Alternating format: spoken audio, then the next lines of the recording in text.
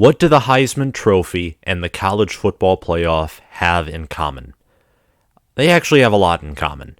First and foremost, the number of invitees to New York City for the Heisman ceremony and the number of invitees to the college football playoff, the 4-team playoff, they're the exact same, 4. Typically, the top 2 or 3 guys, and by guys I can mean Heisman finalists or college football playoff participants, typically 3 of those teams, mostly the top 3, are guys that had some hype surrounding them or appeared in preseason lists. Of course, there are always exceptions to the rule, like 2021, which was a abnormal year in the college football playoff era than what we're typically used to. But typically there's one guy who's there, whether it's in the playoff or in the Heisman ceremony, who no one really knew anything about, or no one had them on their radar, or if they were on their radar, they were so much further separated from the rest of the higher ranked 3. They have a lot in common. And another thing that they have in common is the amount of weird biases that play into it. Like, the Heisman Trophy is supposed to be a trophy that is awarded to the best player of college football. But in reality, we all know the biases that are associated with the Heisman Trophy. And I like how actionnetwork.com puts it. They're a sports betting website that I am using. I'm just using their website for Heisman odds for today. I'm going to link this down below. It talks about their Heisman odds and how the Heisman voting works and who they think can win the Heisman. And it kind of shows the biases here that I am talking about. They say the Heisman Trophy winner is A, almost always a quarterback. B, normally wins 10 or more games. C, puts up strong raw stats. Efficiency, and efficiency helps determine a good player too. Same with stats. Sometimes just raw stats are overrated. Efficiency is less important. Touchdowns matter.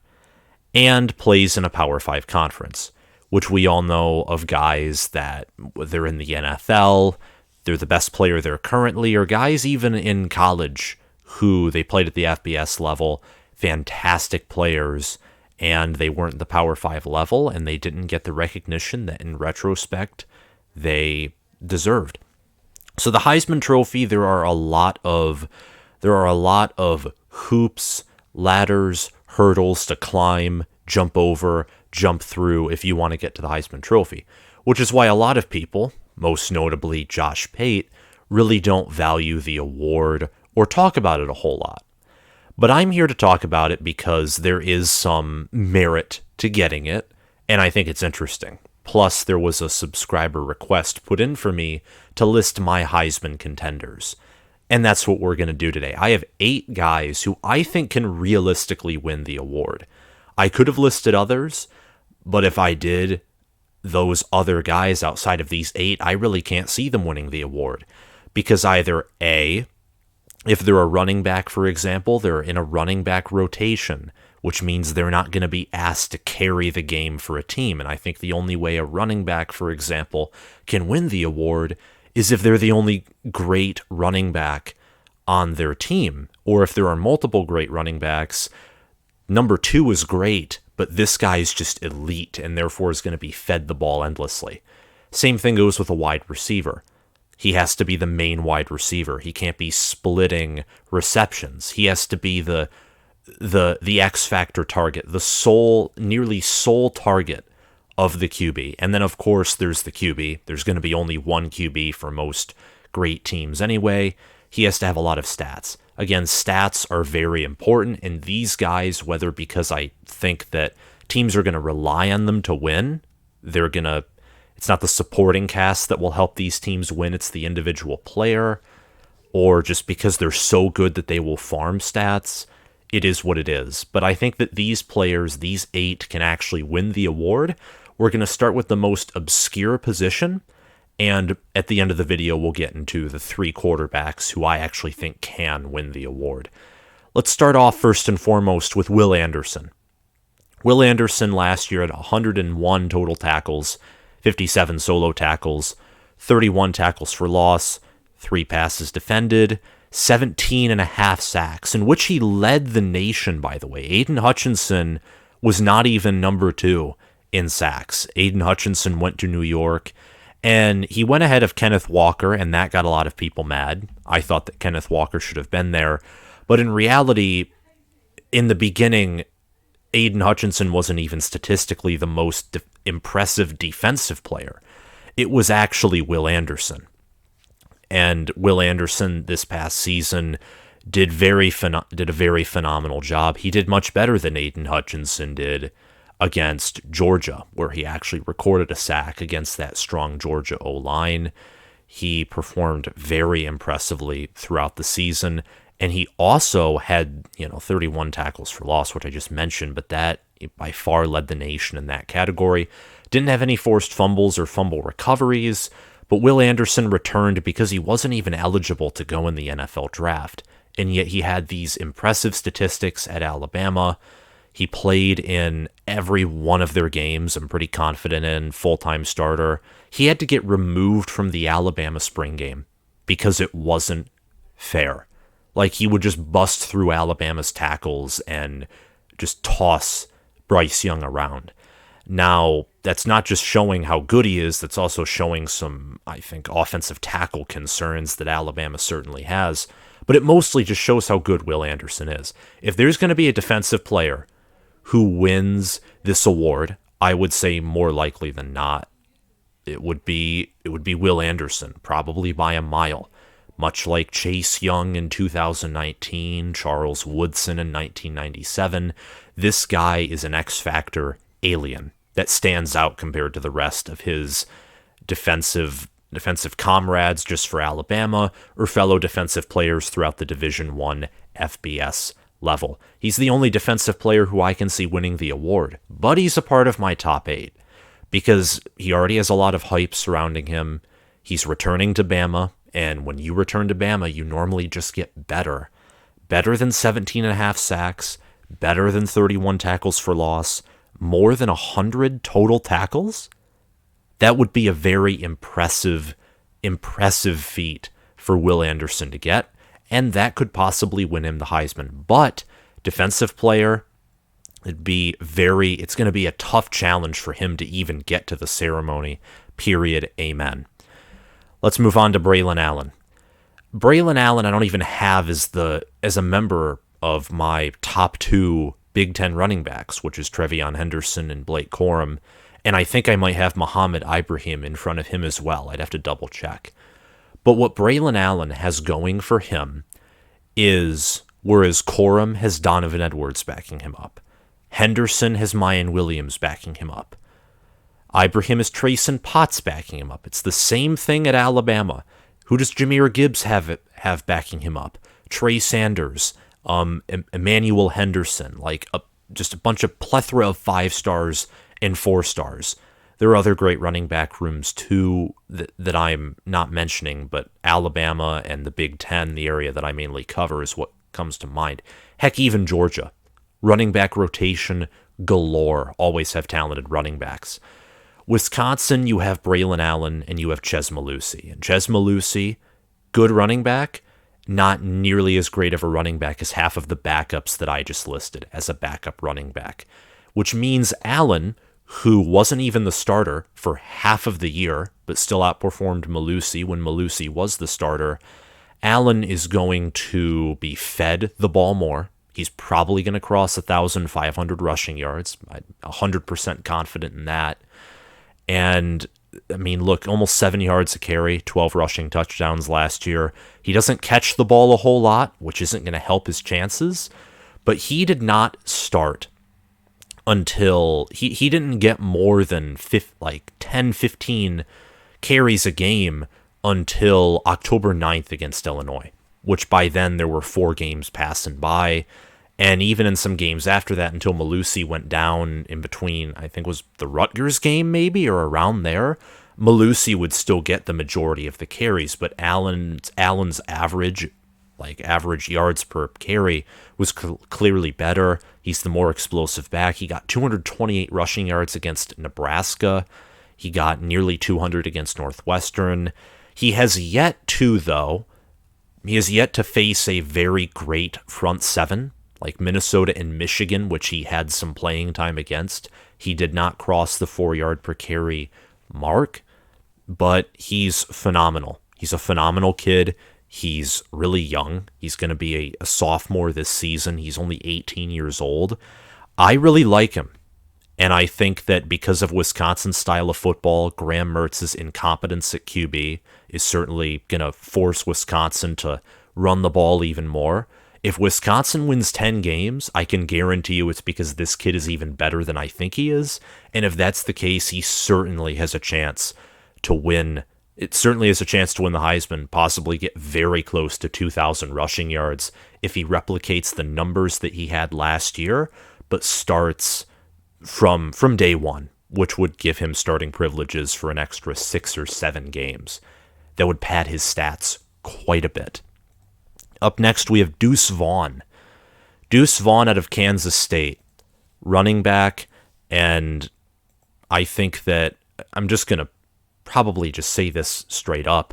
I think that having Adrian Martinez as more of a dual threat guy, because Skylar Thompson, for the past 2 seasons, now he's off to the NFL, didn't carry the same dual threat presence he had before he went down with an injury.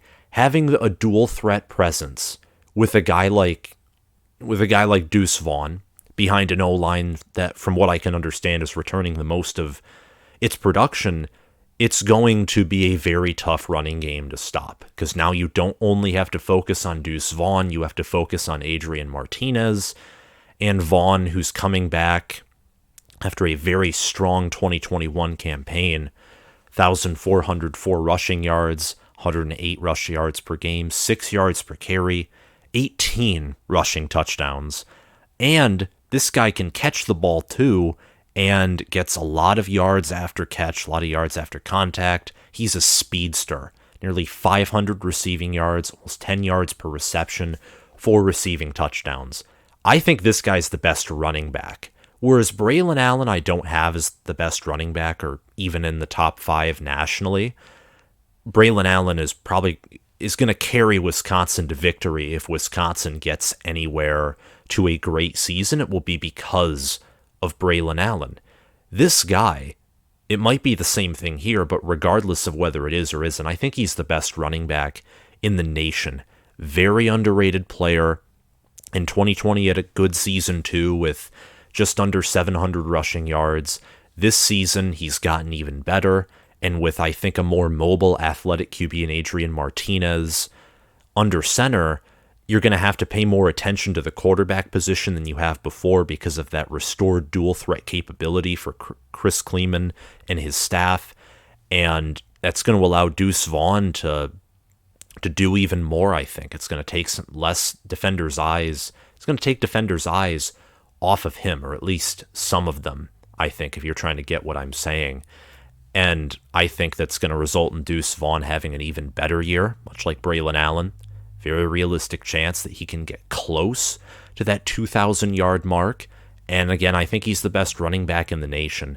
But running backs, it's very hard to win the award. The last running back to win the award was Derrick Henry. Even a wide receiver has won the award more recently, Devonta Smith obviously, than a running back. Both of them being from Alabama, running back Derrick Henry and wide receiver Devonta Smith. I think wide receivers nowadays, because of kind of trending more toward that pass-heavy spread, air raid look that a lot of teams love to adapt, cough, Alabama last year, I think wide receivers now actually have a better chance than running backs to win the award. So without further ado, let's get to that and talk about Jackson Smith-Njigba, who I think is the best wide receiver in the nation. There's an argument that Jordan Addison is that, though, and I very much respect that argument.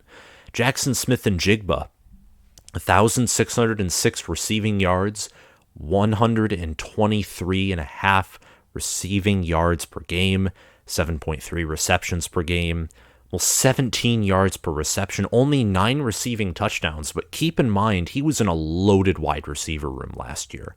He had to deal with Chris Olave and Garrett Wilson. He was the number 3 guy to begin the year.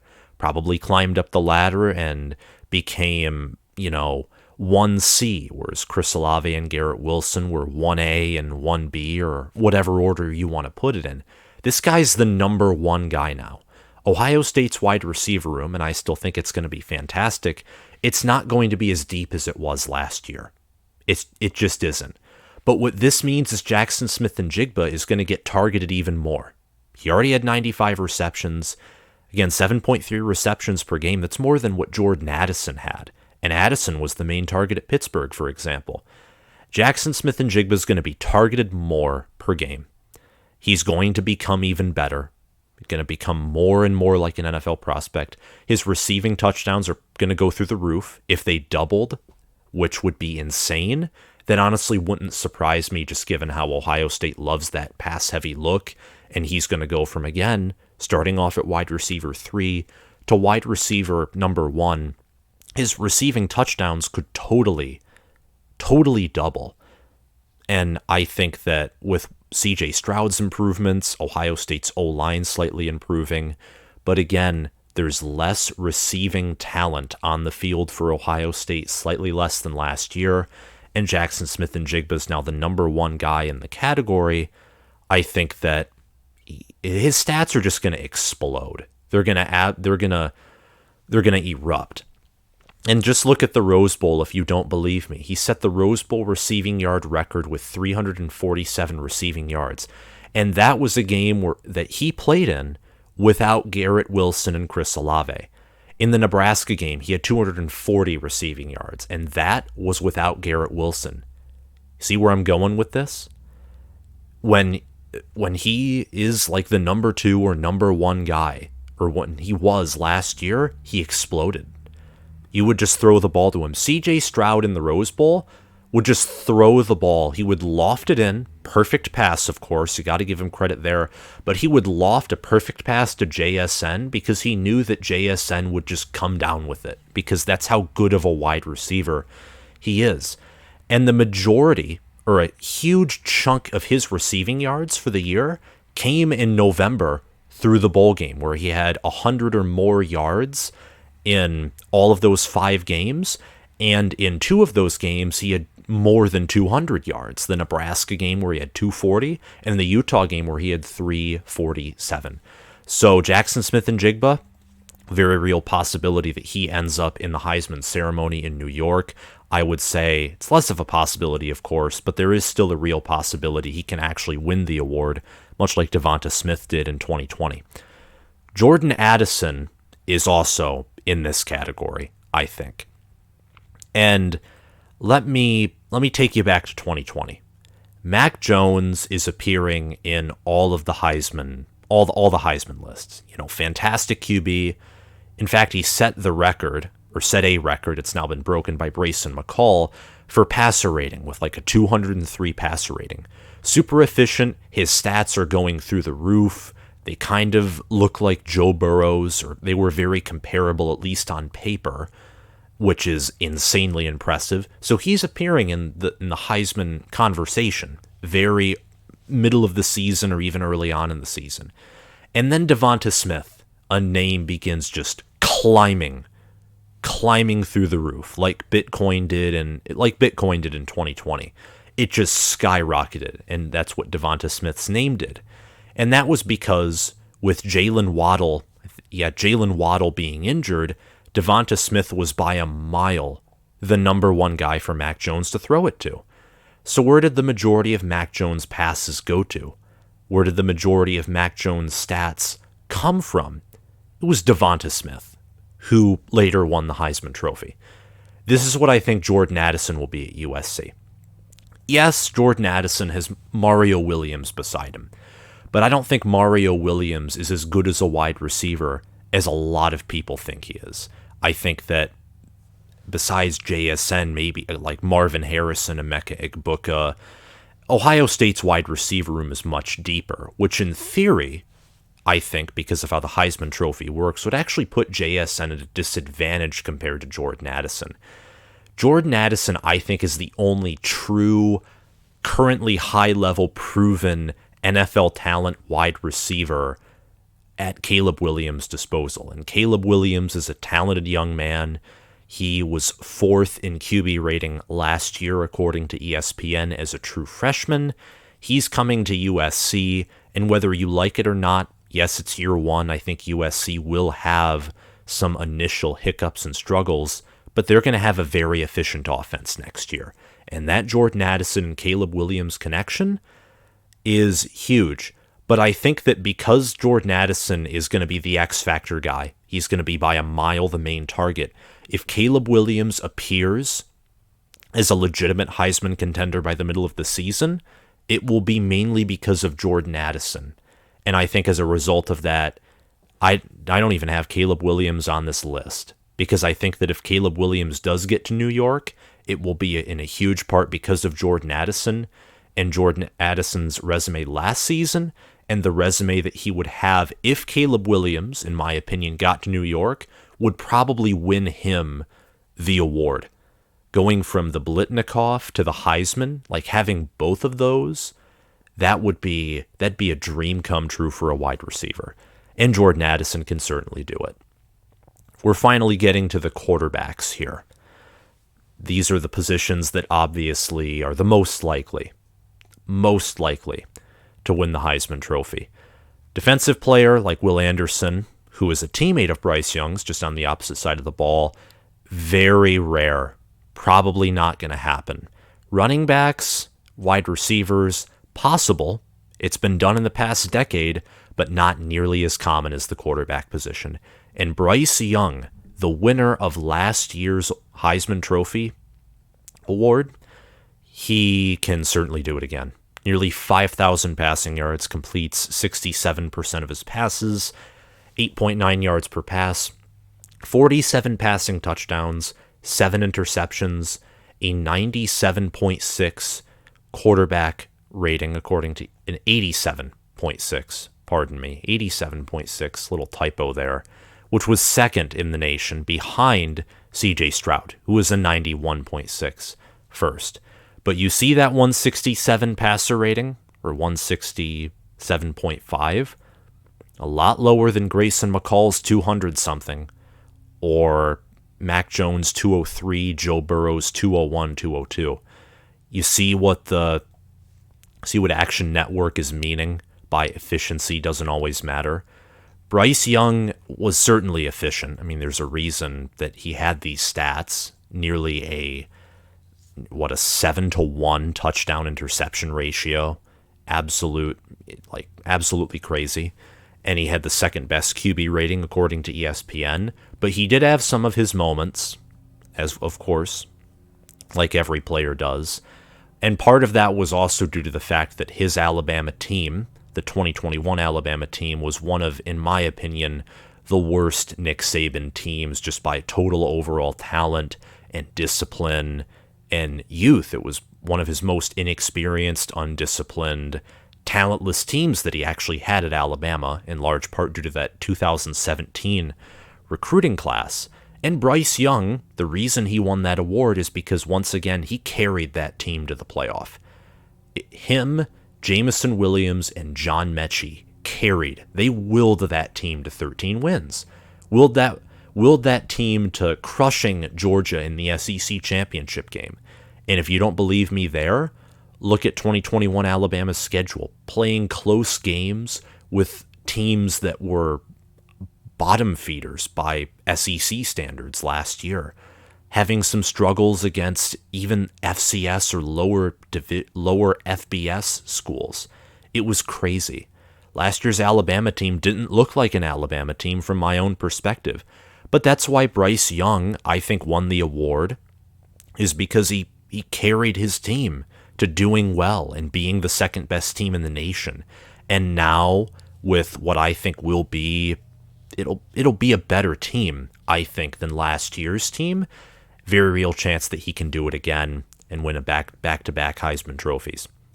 But the guy who I actually think will win the award, this is my pick, and I probably should have just put this down on this picture of CJ Stroud that I think he's going to win it, but this is my pick. CJ Stroud, 4,435 passing yards, completes 72% of his passes, averages 10.1 yards per pass, 44 passing touchdowns, 6 interceptions, a 91.6 QB rating, which was first in the nation, and a 186.6 passer rating, which I'm pretty sure was second or third in the nation. And CJ Stroud, these stats, keep in mind, he only played in 12 games.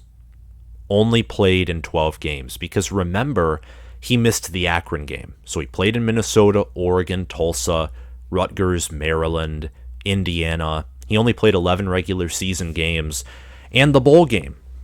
The bowl game against Utah, in which he threw for nearly 600 yards for 6 touchdowns, 1 pick, and he had a 223.8 passer rating against what, in my opinion, was a top 10 team. Video game stats against a top 10 team that, granted, did not have the best defense. It was still impressive. You compare that to Bryce Young and his statistics.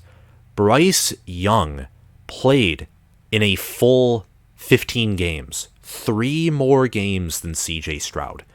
And he only threw for 3 more touchdowns, only threw for 400 more yards, had the inferior QB rating, and passed for 1 yard less per pass, I guess.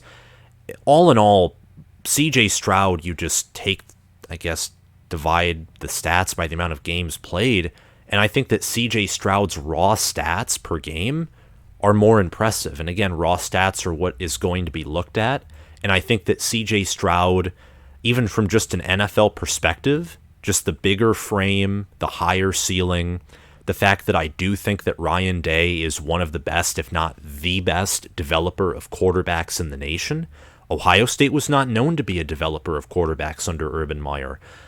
And starting with Dwayne Haskins, then with Justin Fields, and now CJ Stroud, Ryan Day really entered an environment, a team that wasn't designed culturally or just schematically to build elite QBs, and he did it in almost an overnight process. It was only, a year before Dwayne Haskins started that Ryan Day joined the staff, and Dwayne Haskins immediately jumped in, became this first-round talent from Ohio State, drafted in the first round. So Ryan Day is an amazing developer of quarterbacks, and I think that with the wide receiver room, with Jackson Smith-Njigba, Marvin Harrison, and Treveyon Henderson, and an offensive line that I think will be one of the best in the nation, and that I think will be better than Alabama's. All of these things, the supporting cast, the higher ceiling, what I think will be better development, I think will help CJ Stroud, all in all, have better raw stats and even better efficiency than Bryce Young, which in the end of the day, those two things combined should win him the award. And last but certainly not least is a guy that doesn't have the same chance as the previous 2 QBs, but I like him. I like Hendon Hooker. Came in during the Pittsburgh game and replaced Joe Milton, who, if we're being honest, is just, I don't even want to talk about it as a Michigan fan. But Hendon Hooker came in, Josh Heupel never looked back, and he found his Mackenzie Milton. He found his Dylan Gabriel, and that is Hendon Hooker, the Virginia Tech transfer. Nearly 3,000 passing yards, 2,945 to be exact. Completes 68% of his passes, averages 9.8 yards per pass, 31 passing touchdowns, 3 interceptions, 77.9 QB rating, which was 16th in the nation, 182 passer rating. So this guy is, depending on who you ask, more efficient than Bryce Young if you're just looking at the passer rating equation, less efficient if you ask ESPN. He's certainly an efficiency guy. The problem is his raw statistics. 31 passing touchdowns is not going to cut it when CJ Stroud is 44 and Bryce Young is 47. It's not going to cut it. It just won't. Granted, again, he was not the starter the first game against Bowling Green, and he only had 1 pass, and it was Josh Heupel's first year, so his system isn't exactly installed yet. I think Tennessee will be a better team, which will help him, but more importantly is the fact that Tennessee hasn't been good in quite some time. And I'm not meaning this as a slight to Tennessee. This is actually something that I think can help Hendon Hooker's chances. Remember the 10-plus wins thing? from Action Network that's like normally a requirement that's listed. Win 10 or more games normally, which of course there are always exceptions because Lamar Jackson's Louisville did not win 10 games. But if Hendon Hooker, much like what I was saying with Braylon Allen, if Wisconsin gets to 10 wins, I genuinely think it's because of Braylon Allen and the offensive line. I don't think it will be because Graham Mertz just improves to be this good QB. I think it's impossible. It's a fantasy. It's not happening. It's the same thing with Tennessee. If Tennessee gets 10 wins, it's because of this guy. It's because of Hendon Hooker, because his efficiency, because he's a good passer, because he has the arm strength, the accuracy, and that will help his chances because it always helps to have a story. Like Aiden Hutchinson with Michigan. Aiden Hutchinson, phenomenal player, great defensive end. Did he necessarily deserve to be in New York City? We won't know. But what helped his case is he had a story built behind him. He helped bring Michigan to the Big Ten championship game. He helped bring them to the college football playoff. A narrative surrounding a player, especially one that has a big fan base, because then you can get money behind it if they do go to the Heisman ceremony. You get attention, you get views, you get clicks. Tennessee is a massive fan base that can, bring in lots of money. And if Hendon Hooker can bring Tennessee to 10 wins, maybe get them to beat Georgia or have a momentous upset against Alabama, or he does something that no other Tennessee QB has done since T. Martin, Peyton Manning, or he brings Tennessee to this new level that they haven't seen in a decade or more, that will be his story. And the narrative surrounding him will be that this guy brought a program that is close to a college football blue blood back, that he brought them back. And that, I think, really helps his chances overall. So again, Will Anderson, Braylon Allen, Deuce Vaughn, Jackson Smith-Njigba, Jordan Addison, Bryce Young, CJ Stroud, and Hendon Hooker, I think are the 8 guys that I look at, and whether it's because they're huge underdogs and I think they're way too underrated, or because of the things I mentioned just statistically, the fact that some of these guys are going to be asked to carry their teams to victory, just multiple different factors. I think that these are the 8 guys who I like their chances of being Heisman contenders, and I like their chances of winning the award too. Again, I think it's going to be CJ Stroud who wins the Heisman Trophy. I think Bryce Young will probably be the runner-up. I don't necessarily know who the other guys are going to be. I don't want to go too much into detail on that, but I think CJ Stroud's going to win it. I think he'll deserve it. And all of these 8 players are phenomenal, elite players. That's all I have to say for this video. If you enjoyed it, make sure to hit that like button, hit the subscribe button, click the notification bell, and comment your thoughts on this video down below. Thank you all for watching, and I'll see you guys around. Bye.